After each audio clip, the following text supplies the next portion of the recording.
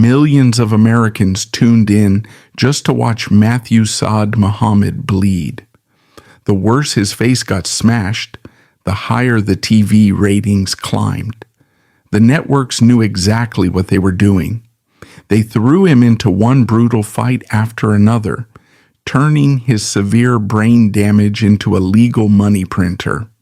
When his brain finally stopped working completely, the men running his career stole every dollar he had left. Then they threw a half-blind world champion out to sleep on a freezing park bench. They sold his blood, kept the cash, and left him in the cold to rot. He was born Maxwell Antonio Loach on June 16, 1954 in Philadelphia. His mother died when he was an infant. He and his older brother were handed off to an aunt. To her, the boys were a financial and logistical liability. When Maxwell was 5 years old, his aunt issued a direct order to his older brother: get rid of the child. The execution of this directive was ruthlessly efficient. The older brother led the 5-year-old out of their neighborhood and walked him toward the Benjamin Franklin Parkway, a massive multi-lane arterial thoroughfare slicing through the center of Philadelphia. The brother instructed the child to wait on the sidewalk. Then he turned and sprinted away. Maxwell chased after him. His legs failed to keep pace. He ran until his lungs burned. Police officers found him hours later, asleep and completely numb on the stone steps of a local Catholic church. He was absorbed into the machinery of Catholic social services.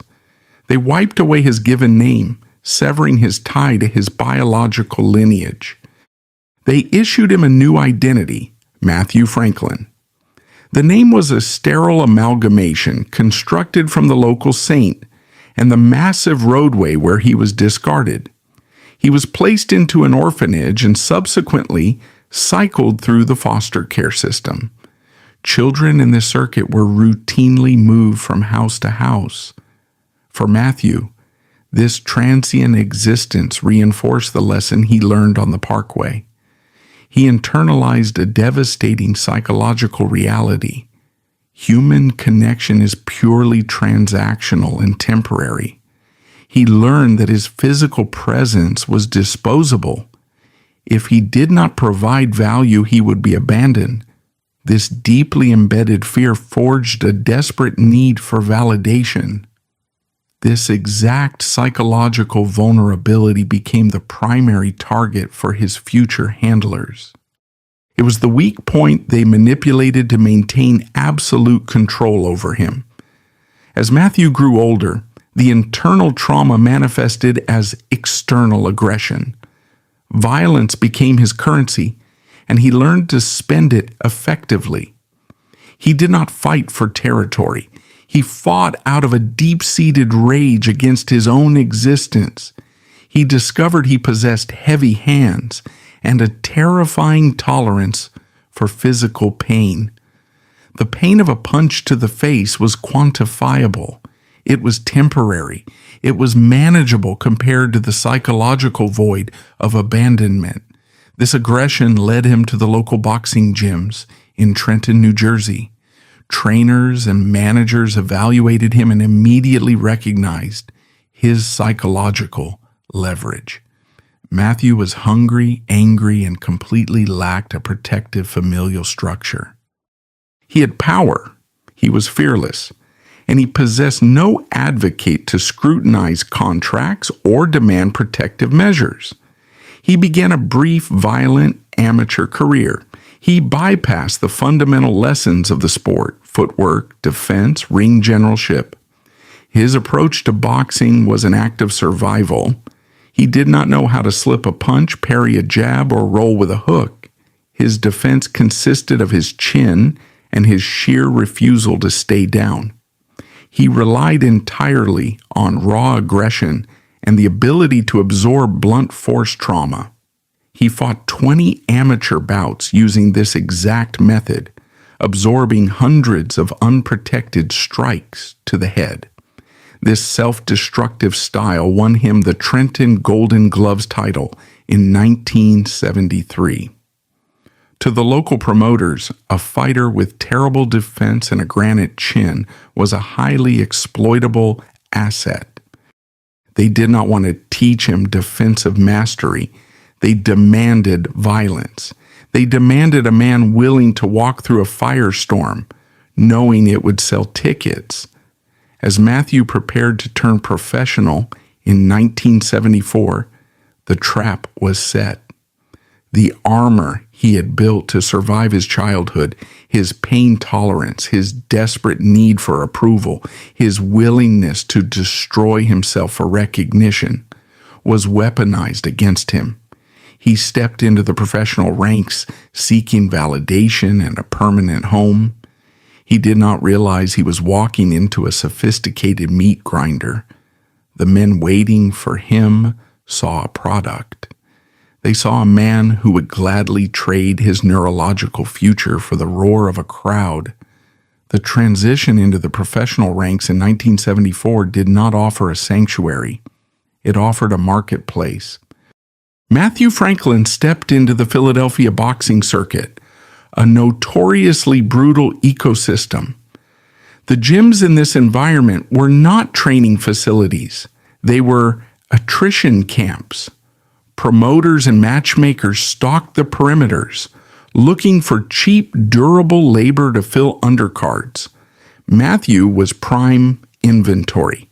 He lacked a manager with the leverage to demand developmental protective fights. He lacked a legal advocate to read the fine print of a contract. He had a complete vacuum of authority and protection in his life, and the boxing syndicates rushed in to fill it. The first men to take control of his career did not act as mentors. They acted as liquidators. They evaluated his fighting style, the complete absence of head movement, the horrific tendency to absorb flush right hands on the jaw, and made a calculated business decision. Teaching defensive fundamentals requires time, patience, and money. It also creates a highly technical, less visceral product for the bloodthirsty local crowds. The promoters decided not to fix his fatal flaw. They decided to market it. They branded him the meat grinder. This was not a compliment. It was a blunt, literal description of his utility. The strategy was straightforward. Put him in the ring with heavy hitters, let him absorb catastrophic damage, and wait for his desperation to trigger a violent counterattack. It was an economic model built entirely on his physical destruction. The crowds at the Philadelphia Spectrum paid to see a man pushed to the absolute edge of consciousness. The promoters recognized that Matthew's willingness to suffer trauma was his most marketable trait. They sold his pain. The financial mechanics of his early career were designed to keep him hungry and compliant. Boxing operates on an unregulated predatory tier system. The fighter is the sole generator of revenue, yet the last to be paid. Managers routinely take a flat 33%. Trainers take 10%. Cornermen get a cut. Sparring partners are paid directly out of the fighter's purse. State athletic commission fees drain another percentage. By the time the check reached Matthew, the money was severely compromised. The industry understood his psychological profile perfectly. Matthew was not fighting for wealth in 1974. He was fighting for the illusion of belonging. His handlers weaponized his orphanage background. They called him son in the locker room. They slapped his back and told him he was part of a family. They provided a false sense of security while actively setting him up to take permanent brain damage. When a traumatized fighter is desperate for a father figure, he does not question the math on the contract. He does not ask why he is fighting a seasoned veteran with 80 bouts when he only has 5. He simply obeys. Matthew obeyed.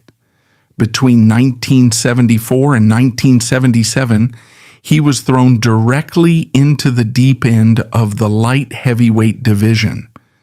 There were no tune-up fights to build his confidence. The matchmakers fed him to establish dangerous contenders like Eddie Gregory and Marvin Johnson. He was booked as an opponent. His job was to be a stepping stone for fighters with better management and deeper financial backing. He was brought in to lose entertainingly, but the system miscalculated his pain threshold. Matthew refused to follow the script. He absorbed the beatings, waded through the blood, and began knocking out the favored prospects. He won fights he was explicitly scheduled to lose. This created a logistical problem for the local promoters, but a massive opportunity for the national syndicates. If he could survive the lethal Philadelphia circuit by using his skull as a battering ram, he could be sold to the national television networks for millions. As his winning streak grew, the local handlers who first signed him were swiftly outmaneuvered by the major power brokers of the sport. The men who controlled the network television dates and the casino arenas stepped in. The transition of power was seamless and ruthless. His original managers were bought out or marginalized. The new handlers at the top of the food chain did not offer better medical protection or financial security. They simply offered a larger, more lucrative stage for his punishment. This vacuum of genuine protection left Matthew completely exposed. He was surrounded by a growing crowd, yet entirely alone. The entourage began to form. These were not licensed professionals or financial advisors. They were hangers-on, street-level hustlers, and opportunists who recognized a highly vulnerable target. They infiltrated his training camp, feeding his ego while quietly draining his daily resources. The industry executives saw this parasitic entourage forming and did absolutely nothing to intervene. A fighter surrounded by leeches is a distracted, financially desperate fighter. A desperate fighter is easy to control. He says yes to short notice fights. He signs unfavorable broadcast deals without legal review. The system allowed the vultures to feast because the vultures kept the asset bleeding money, which ensured he had to keep bleeding in the ring. By the time he reached contender status, the trap was fully sealed. The handlers owned his contract, controlled his schedule, and manipulated his psychological need for approval. The stage was set for his physical liquidation. The elevation to the world championship stage did not liberate Matthew Saad Muhammad from the predatory economics of the boxing circuit. It simply upgraded the caliber of the thieves. By the late 1970s, network television had discovered that broadcasting violence was a highly efficient method for capturing the male demographic. Executives at ABC, CBS, and NBC were not interested in the nuances of the sweet science. They were in the business of selling high-priced commercial inventory to beer conglomerates and automobile manufacturers. To maximize those advertising rates, they needed guaranteed spectacle. They needed blood, trauma, and the very real possibility of a catastrophic injury occurring on live television. Matthew was the perfect engine for this business model. He was no longer a local Philadelphia club fighter. He was premium network programming. To understand the absolute financial control exerted over Matthew during this period, one must dissect the anatomy of a championship boxing contract in the 1970s. It was a masterpiece of legal extortion. When Matthew finally secured a shot at the WBC Light Heavyweight Championship against Marvin Johnson in April 1979, The opportunity came with strings attached. In the boxing industry, this mechanism is known as an exclusive option. The reigning champion's promoter dictated the terms. To get the title shot, Matthew had to sign a contract stating that if he won the belt, the promoter effectively owned his next 3 to 6 fights. He was forced to sign away his free agency just for the privilege of competing. When Matthew stopped Johnson in the 8th round in Indianapolis to claim the WBC title, he believed he had finally secured autonomy. Shortly after this victory, he converted to Islam, dropping the orphanage-assigned name of Matthew Franklin to become Matthew Saad Muhammad. It was an attempt to claim an identity he had chosen, rather than one imposed upon him by a callous system. However, the corporate structure did not care about his religious awakening or his new identity. To the television networks and the promotional syndicates, Matthew Saad Muhammad was simply a rebranded trademark. He held the gold belt, but the men in the tailored suits held the paper. They controlled the dates, the venues, the broadcast rights, and the financial splits. The financial structure was designed to ensure the fighter remained dependent.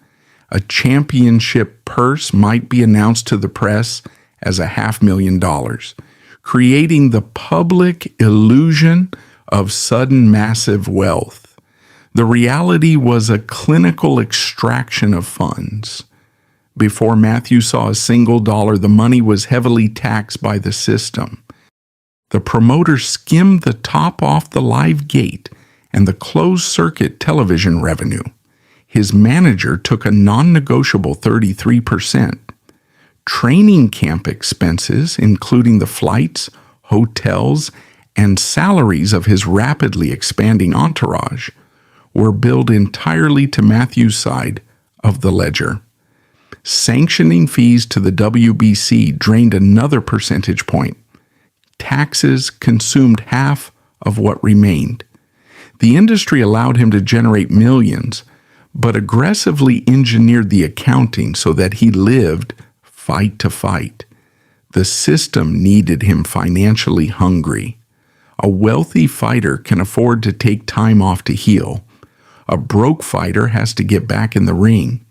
This financial pressure was the silent driver behind his horrific television appearances. The networks branded him Miracle Matthew.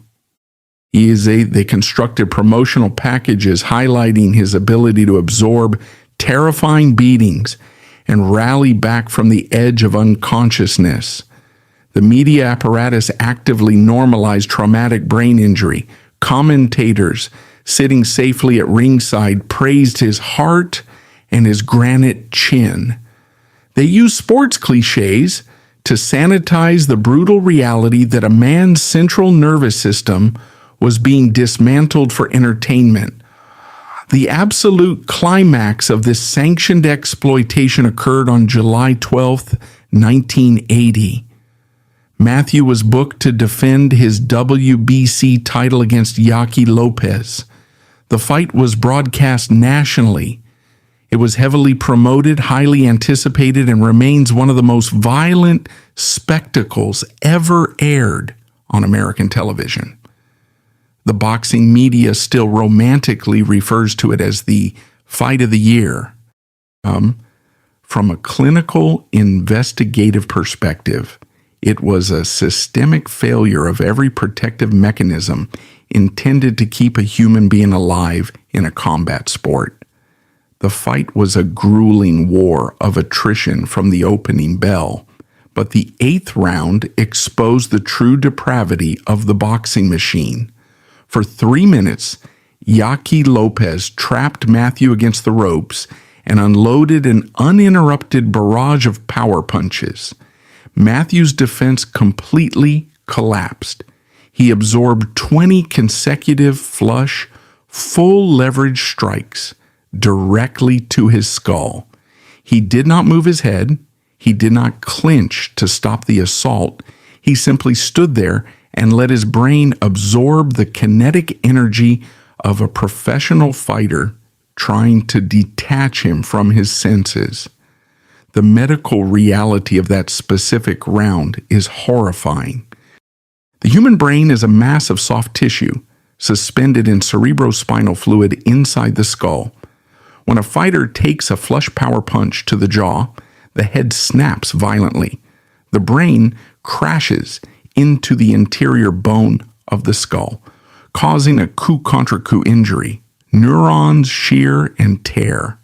Blood vessels stretch to the point of rupturing. The brain instantly begins to swell as a trauma response. Matthew took 20 of these concussive impacts in a row. The complicity in the arena that night was total. The referee stood inches away watching a man's neurological infrastructure degrade in real time and refused to step in and stop the fight. The ringside physician, the only person with the absolute medical authority to demand the bout be halted, sat in his chair and watched the television monitors. The state athletic commission officials did nothing. The television executives in the production truck ordered the cameramen to push in tighter to capture the blood and the glazed look in Matthew's eyes. Everyone in a position of authority recognized that severe, permanent damage was being inflicted. They also recognized that stopping the fight would ruin the broadcast. Ratings took priority over a man's basic cognitive survival. Matthew survived the 8th round purely on the pathological pain tolerance forged during his abandoned childhood. He dragged his battered body out for 6 more rounds. In the 14th round, operating on pure instinct and physical desperation, he dropped Lopez 5 times and won by knockout. The arena erupted. The television commentators screamed about a miracle. The promotional machine instantly spun the horrific beating into a legendary narrative of resilience. They handed him a microphone, placed the belt over his shoulder, and paraded him for the cameras. But the damage was done. The bill for the 8th round had been permanently etched into his cerebral cortex. There was no immediate trip to a trauma center. There was no mandatory neurological evaluation. The commission did not order a prolonged medical suspension to allow the brain swelling to subside. Instead, the handlers immediately began calculating the financial projections for his next mandatory defense. The system had successfully extracted another highly rated bloodbath, and they were already preparing to put the asset right back on the market before it completely broke down. The cameras turned off, the arena lights powered down, and the audience went home. The brutal reality of the Yaqui Lopez fight did not end when the final bell rang. It merely shifted out of public view. Behind the closed doors of his hotel suite, the biological bill for 14 rounds of blunt force trauma came due. The human body is not designed to absorb that level of concussive impact without severe permanent consequences. In the days following the July 1980 title defense, the hidden decay of Matthew Saad Muhammad began in earnest. This was the era before advanced neuroimaging and strict concussion protocols in combat sports. The medical clearance process for a prizefighter in the early 1980s was an act of deliberate negligence. Commissioned doctors checked for dilated pupils, listened to the heart, stitched up the facial lacerations, and signed the paperwork. There were no MRI scans mandated to check for subdural hematomas. There were no cognitive baseline tests. The authorities ignored massive, glaring red flags because investigating the fighter's neurological health meant halting the revenue stream. If a doctor definitively diagnosed brain damage, The asset would have to be permanently decommissioned. The promoters, the athletic commissions, and the television networks operated under a unified code of silence. They chose willful blindness. The symptoms of his neurological rot were obvious to anyone inside his inner circle. He began suffering from blinding, persistent headaches. His speech, once sharp, started to carry a subtle, unmistakable slur. His tolerance for bright lights diminished. These are the textbook clinical indicators of traumatic brain injury. In the gym, the decay was even more pronounced. His punch resistance, the foundational element of his entire career, began to crack. During closed-door sparring sessions, Matthew started getting wobbled by pedestrian punches from lower-tier training partners. The micro-hemorrhages in his brain were accumulating. His reflexes slowed by fractions of a second, a fatal margin in professional boxing. His trainer saw this. His management saw this. They recognized that the structural integrity of his jaw and his brain was severely compromised. Their response was not to seek medical intervention. Their response was to accelerate his schedule. When an industry realizes a high-value asset is rapidly depreciating, the business strategy shifts from long-term investment to immediate liquidation. The promoters knew Matthew was physically collapsing. They needed to squeeze the last remaining million-dollar paydays out of him before his body failed completely on national television. To achieve this, they weaponized his most glaring psychological vulnerability, his entourage. The fear of abandonment that defined his childhood had mutated into a pathological need to buy loyalty. At the height of his championship reign, Matthew financially supported an entourage of 39 people. This was not a professional support staff. It was a parasitic occupation. These individuals were street hustlers, distant relatives, and opportunistic hangers-on who recognized an unguarded bank account. They flooded his training camps. They lived in luxury hotel suites on his tab. They ordered expensive meals, charged tailored suits to his name, and treated his championship purses like a public slush fund. Matthew allowed this financial bleeding because he equated their presence with love. He was paying exorbitant daily rates to maintain the illusion of a family. The boxing syndicate actively encouraged this bloated payroll to keep the fighter desperate.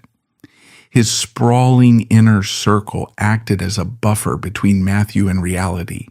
They constantly stroked his ego, calling him indestructible, while simultaneously ensuring he remained utterly isolated from any legitimate financial advisors or medical professionals who might intervene. They were complicit in his destruction. As long as Matthew kept fighting, the entourage kept eating. If the fighting stopped, the free ride ended. They had a vested financial interest in marching a brain-damaged man back to the slaughterhouse. The climax of this premeditated negligence occurred in the fall of 1981. In September, the handlers booked him to defend his title against Jerry Martin. Matthew was entirely unfit to compete. His body was a hollow shell held together by muscle memory and a survival instinct forged on the streets of Philadelphia. The fight was another grueling, punishing affair. He managed to secure a stoppage victory in the 11th round, but he absorbed heavy, unnecessary damage.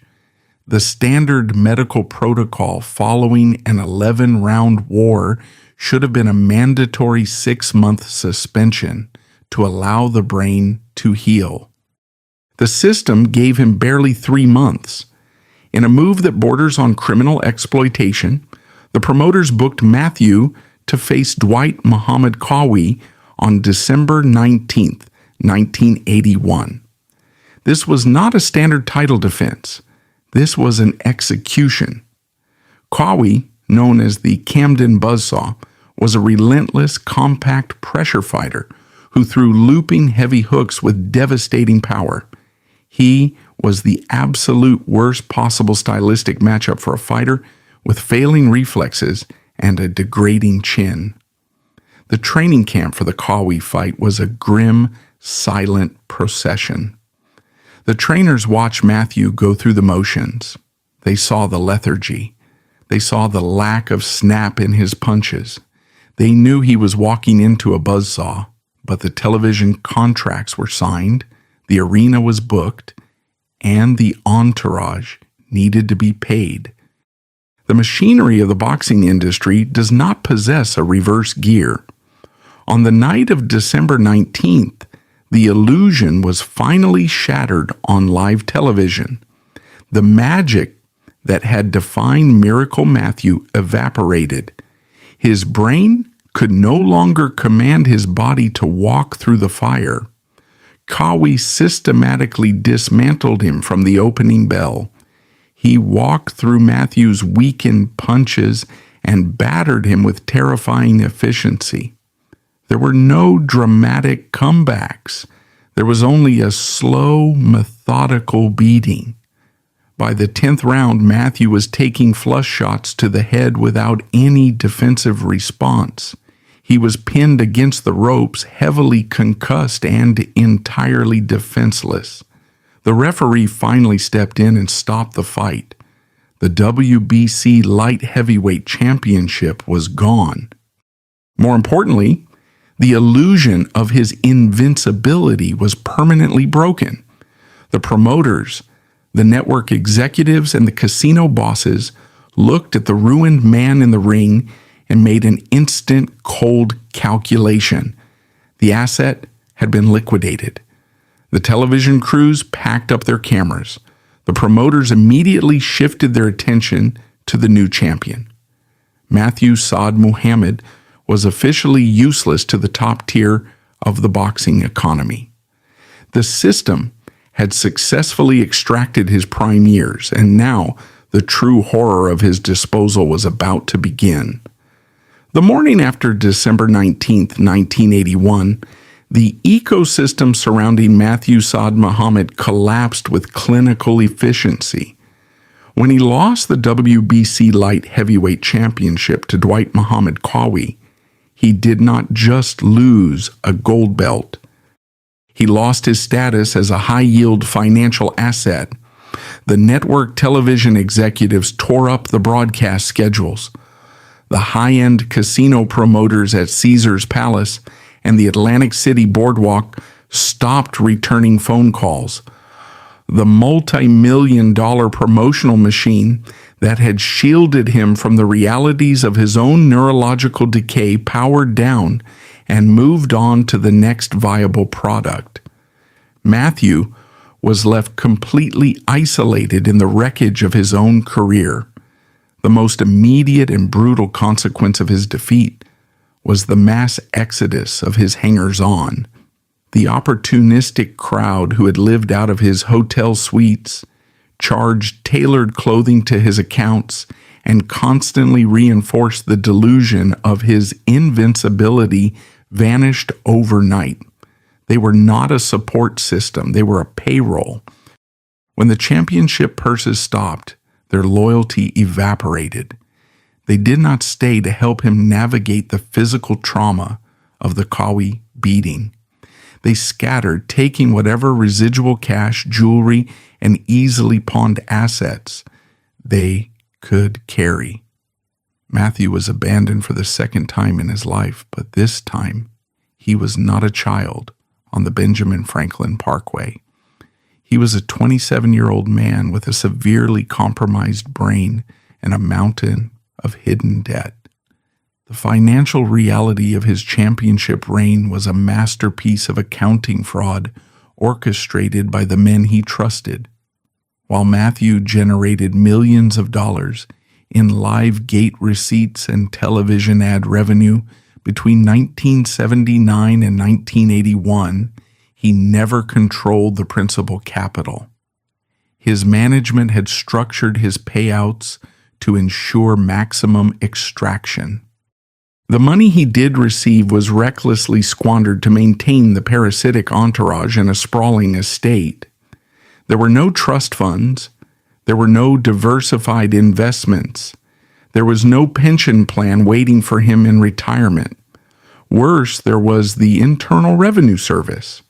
The boxing syndicates routinely classify fighters as independent contractors. This legal classification absolves the promoter of any responsibility for payroll taxes, health insurance, or long-term care. The burden of tax compliance fell entirely on Matthew, a man whose handlers had intentionally kept him financially illiterate. When the income stream abruptly halted in 1982, the IRS audited the wreckage. They found massive discrepancies, unpaid taxes, and severe financial mismanagement. By 1986, the mathematical reality of his exploitation became absolute. Matthew Saad Muhammad officially filed for Chapter 11 bankruptcy. The government placed liens on his remaining properties. His mansion was liquidated. The vehicles were repossessed. The physical artifacts of his success were stripped away to satisfy creditors. The boxing industry, the managers who took their 33%, the networks that sold the commercial time, the sanctioning bodies that collected their fees suffered zero financial consequences. They had legally isolated themselves from his ruin. They kept the profits. Matthew kept the brain damage and the tax debt. With his assets frozen and his championship leverage gone, Matthew was forced into the darkest, most predatory sector of the combat sports economy, the secondary boxing market. From 1982 to 1992, he became a professional opponent. The system no longer marketed him as a superstar.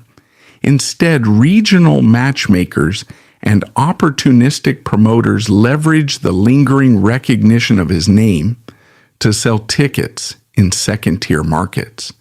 His medical condition during this decade was catastrophic.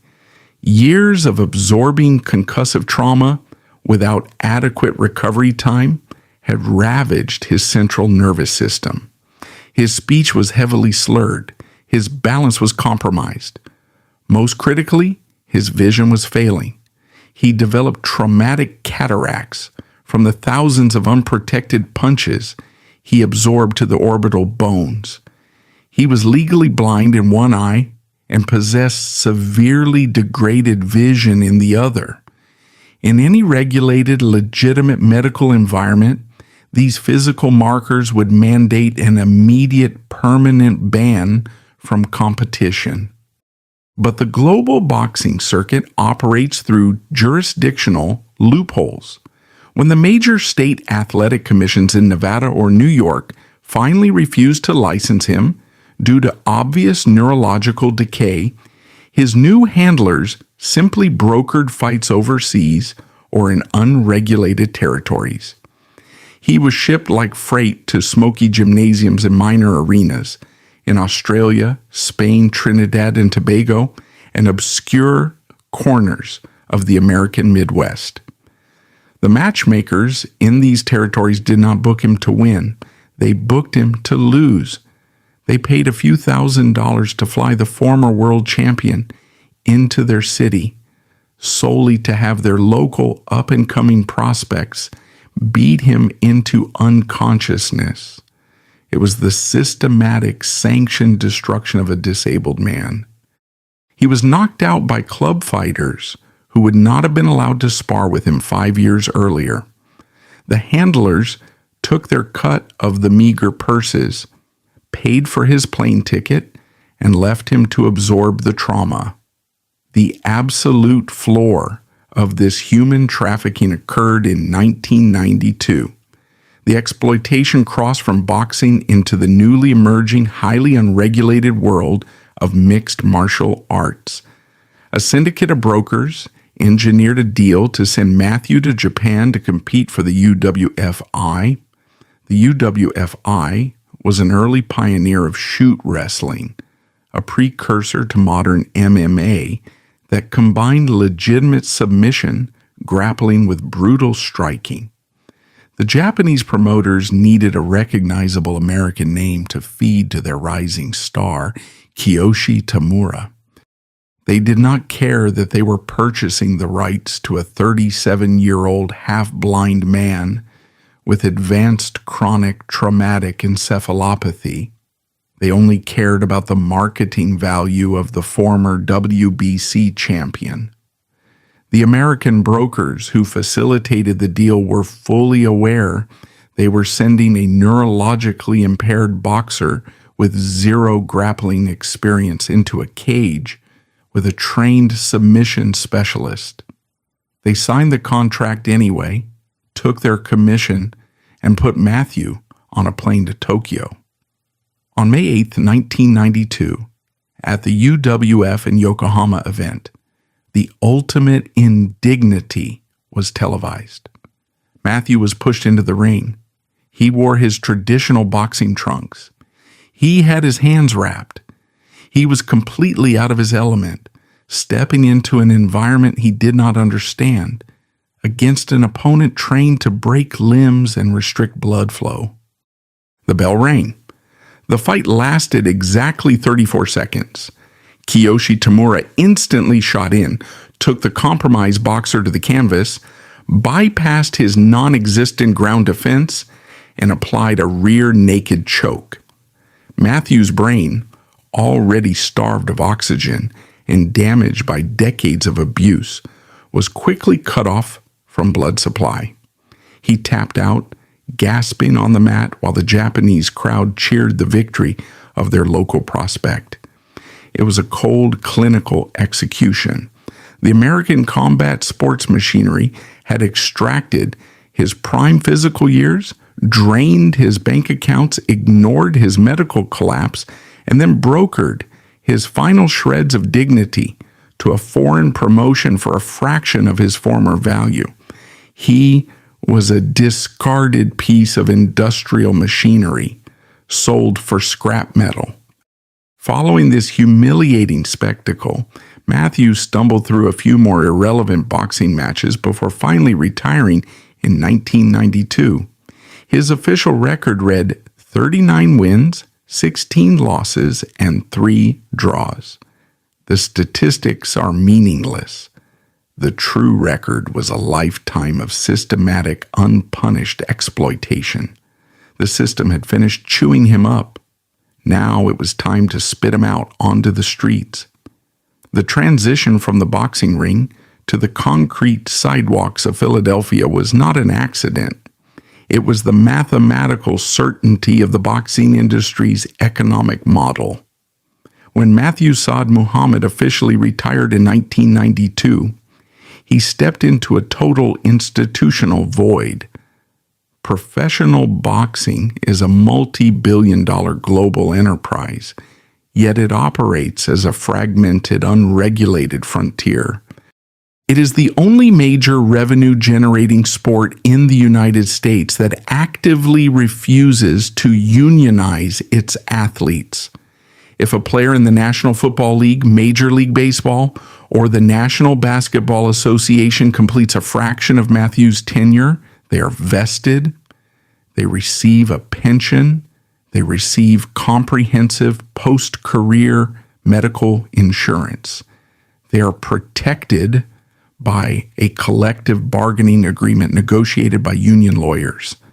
The boxing promoters and television executives of the 1970s and 1980s spent millions of dollars lobbying to ensure fighters never achieved this legal status.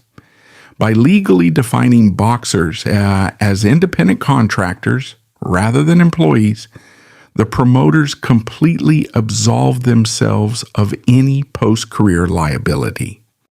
They engineered a system where a man could generate $10 million in broadcast revenue on a Saturday night and be legally denied basic health coverage on Monday morning. Matthew was thrust into this void with a compromised brain, failing vision, and a shattered bank account.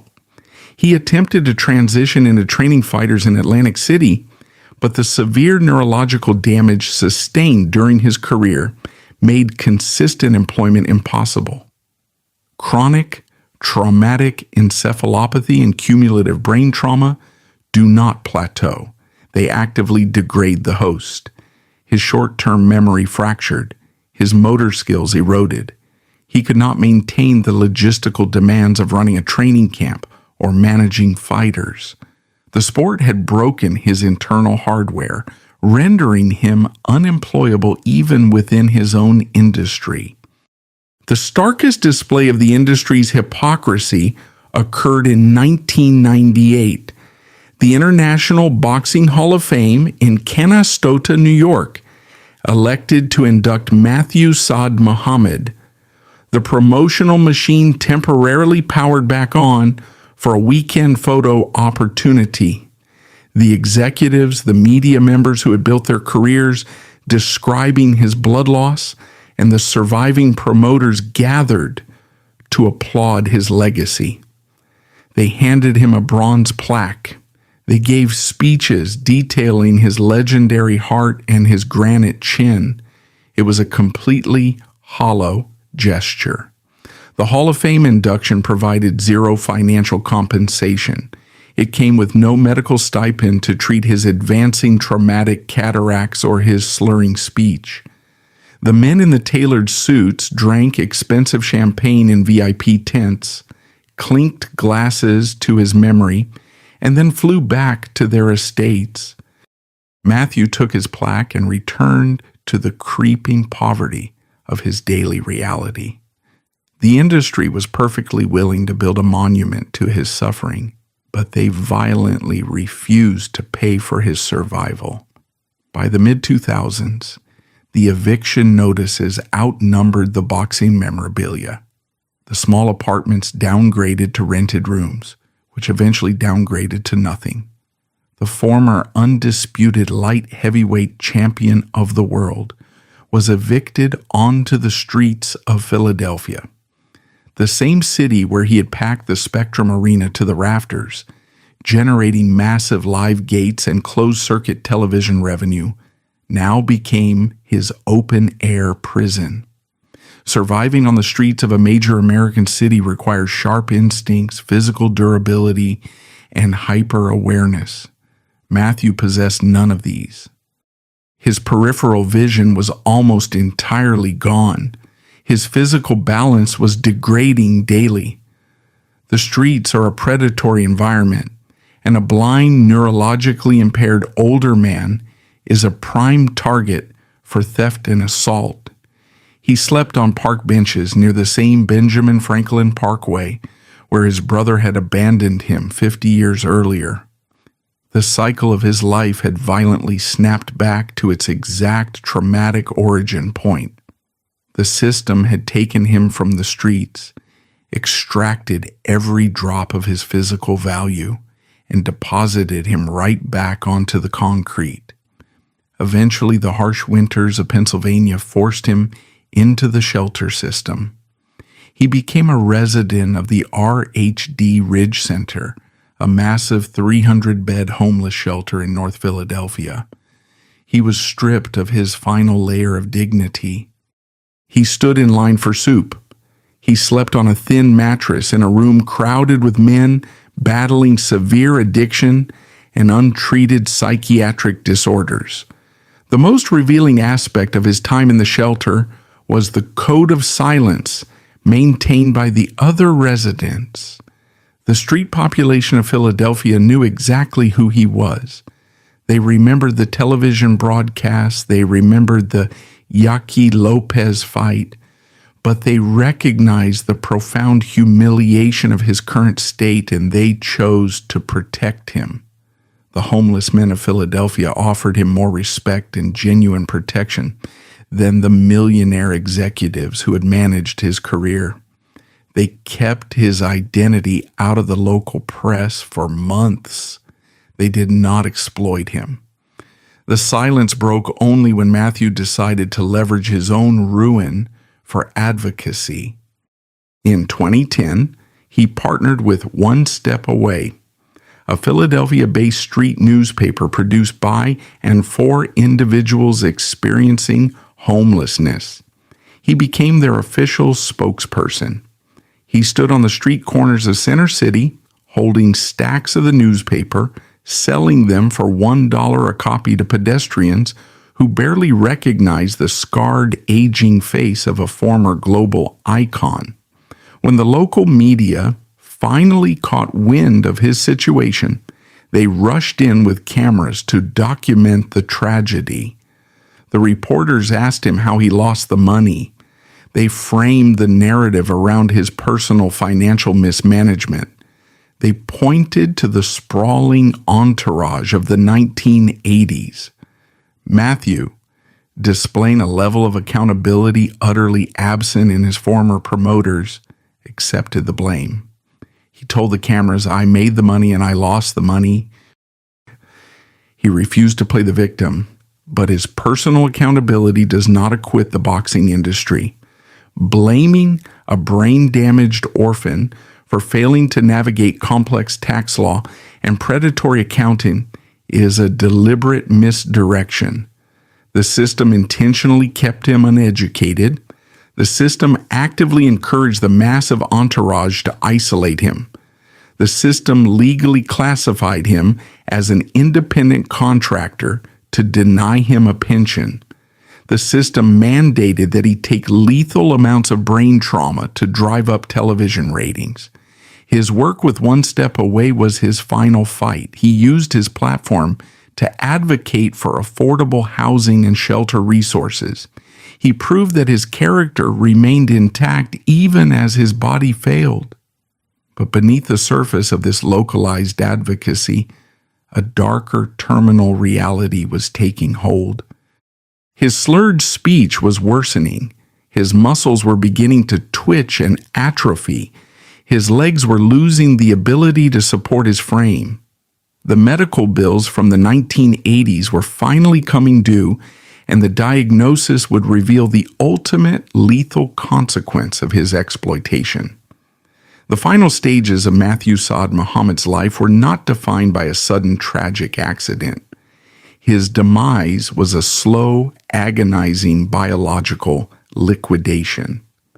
The physical symptoms that had begun to plague him during his time in the Philadelphia shelter system, the slurred speech, the failing balance, the involuntary muscle tremors, were not merely the standard aches of an aging athlete. They were the overt indicators of a total central nervous system collapse. The thousands of unprotected strikes to the head had finally presented their ultimate invoice. In the early 2010s, the medical community diagnosed Matthew with amyotrophic lateral sclerosis, commonly known as Lou Gehrig's disease. From a clinical forensic perspective, this diagnosis was the direct, undeniable consequence of his employment in the boxing industry.